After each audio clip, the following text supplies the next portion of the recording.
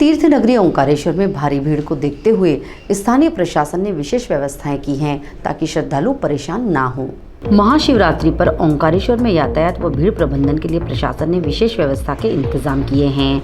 महाशिवरात्रि के दौरान संभावित भारी भीड़ को देखते हुए प्रशासन ने कई सुधार किए। पूर्व में गए बड़े पर्वों में फैली अव्यवस्थाओं पर भीड़ और जाम की स्थिति से सबक लेते हुए इस बार यातायात एवं भीड़ प्रबंधन में कई महत्वपूर्ण बदलाव किए गए हैं। एसडीएम पंकज वर्मा ने बताया कि श्रद्धालुओं की सुविधा के लिए कुछ बसों का अधिग्रहण कर सामान्य किराए पर संचालित किया जा रहा है, जिससे अधिक से अधिक लोग सार्वजनिक परिवहन का उपयोग कर सकें।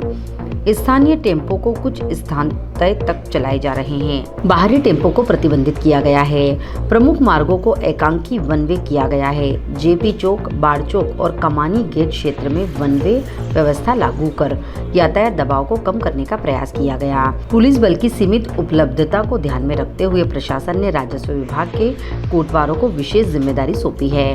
पंधाना में मुख्यमंत्री के कार्यक्रम के कारण पुलिस बल के समय पर ओंकारेश्वर नहीं पहुंच पाने की आशंका थी, इसलिए सभी कोटवारों को सुबह 3 बजे से ड्यूटी पर तैनात किया गया ताकि मंदिर क्षेत्र में भीड़ नियंत्रण और व्यवस्थाएं सुचारू रूप से संचालित हो सके।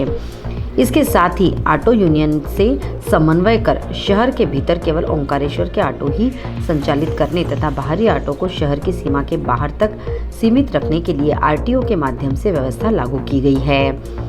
भीड़ प्रबंधन को ध्यान में रखते हुए नाविक संघ से चर्चा कर 3 दिनों के लिए नाव संचालन भी बंद रखने का निर्णय लिया गया है ताकि मंदिर क्षेत्र में श्रद्धालुओं की आवाजाही सुरक्षित और व्यवस्थित रह सके। प्रशासन ने श्रद्धालुओं से अपील की है कि वे निर्धारित यातायात व्यवस्था का पालन करें और सहयोग प्रदान करें, जिससे सभी को सुगमता से दर्शन का लाभ मिल सके। मंदिर ट्रस्ट के कर्मचारियों को निर्देश दिए गए हैं। शिवरात्रि पर्व पर 2 लाख से अधिक श्रद्धालुओं के आने की संभावनाओं को ध्यान में रखते हुए स्वास्थ्य, नगर परिषद एवं अन्य विभागों के अधिकारी कर्मचारियों की ड्यूटियां लगाई गई हैं। मेरी ओर से और प्रशासन की ओर से सभी लोगों को, सभी श्रद्धालुओं को और जो आ रहे हैं तीर्थयात्री उनको महाशिवरात्रि की बहुत बहुत शुभकामनाएं। जैसा कि आपने बोला क्या व्यवस्था करी है, हमने बेसिकली हमारा जो मंदिर है उसमें पहले तो हमने एकांगी मार्ग की व्यवस्था करी है। उससे क्या हुआ कि हमने जो जेपी चौक से, बड़ चौक से, कमानी गेट से और फिर बाद में झूला पुल की तरफ से जो जा रहे हैं, पहले जो जूता स्टैंड की दिक्कत थी उससे कोई रिजोल्व कर लिया हमने। साथ ही जो पैदल चला रहे हैं लोग, उससे मंदिर पे दबाव नहीं पड़ रहा, क्योंकि हमारी मंदिर की जो भौगोलिक अवस्था है, जो व्यवस्था है, भौगोलिक स्थिति है, वो इतनी कॉम्प्लिकेटेड है कि हम श्रद्धालुओं को कैसे रोके, ये हमारे लिए बहुत बड़ा एक चैलेंज है। तो इसलिए हमने लोगों को परेशानी ना हो, श्रद्धालुओं को दिक्कत ना हो, पैदल चला रहे हैं लेकिन इतना नहीं चला रहे हैं कि उनको दुखी होने लगे पड़े। साथ ही हमने कारपेट की व्यवस्था भी की है, स्पेशली जो आप इस बार देख सकते हैं। उससे क्या श्रद्धालुओं के पॉजिटिव फीडबैक भी आया है मेरे पास कि सर आपने अच्छी व्यवस्था करी है।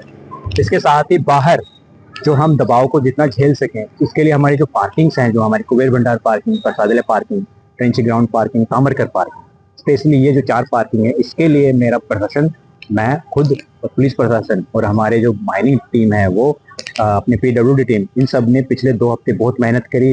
रात को भी हमने 3-4 बजे तक काम करवाए हैं उनसे हमारी पार्किंग की व्यवस्था को सुदृढ़ किया है और उसको मजबूत किया है। हमने अपनी कैपेसिटी भी बढ़ाई है पार्किंग्स की, तो ये काम भी बहुत अच्छे तरह से हुआ, इसको हम इम्प्लीमेंट भी कर रहे हैं कुछ अपना अच्छी तरह से। दूसरा, हमने जो नर्मदा जयंती में जो अनएक्सपेक्टेड भीड़ देखी थी, उसमें क्या हुआ था कि हमें सबसे बड़ी इश्यू मैंने जो उसको फेस किया कि जो ऑटो थे हमारे जो बाहर से आते, 2000 से ज़्यादा भी ऑटो हमारे इस छोटी सी जगह पे आ गए, तो इससे जाम वाली स्थिति बहुत लगी थी।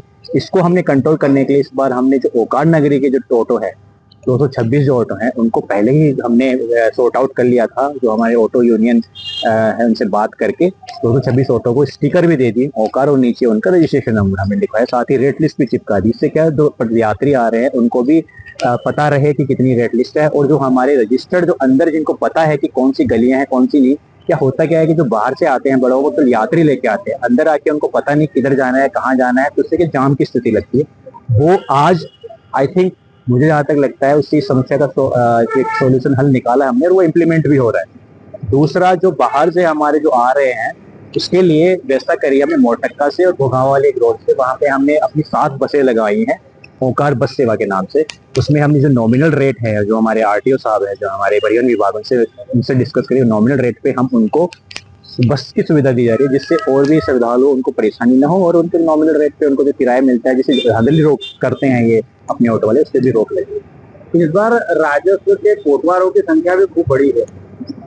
बेसिकली हाँ, इस बार हमने पर्सनली अब इस पर्व के लिए शिवरात्रि जो कि वो हमारा बहुत ही बड़ा पर्व होता है हमारे ओंकारेश्वर मंदिर के लिए, इसके लिए हमने पहले ही एक हफ्ते कोटवारों की ड्यूटी रोस्टर निकाल दिए थे और बाकायदा मैंने तहसीलदारों पे भी ड्यूटी निकाली थी कि वो बैठ के खुद कोटवारों की ड्यूटी उनकी मीटिंग ले और उनको सख्त निर्देश दे कि आपको शिवरात्रि के सुबह 3 बजे से आपको ड्यूटी करनी है, तो आपको आना पड़ेगा। और आप जैसे देख सकते हैं कि कोटवारों की आई थिंक कल हमारे सीएम साहब आए थे बनाना में, इसलिए हमारा पुलिस बल आने में उनको लेट हुआ और वो हम इसका अंदेशा था, इसलिए हमने पहले से ये प्लान किया था कि हमारे कोटवार राजा की भी वर्दी में रहते हैं, तो उससे भी जनता पे एक साइकोलॉजिकल इफेक्ट पड़ता है।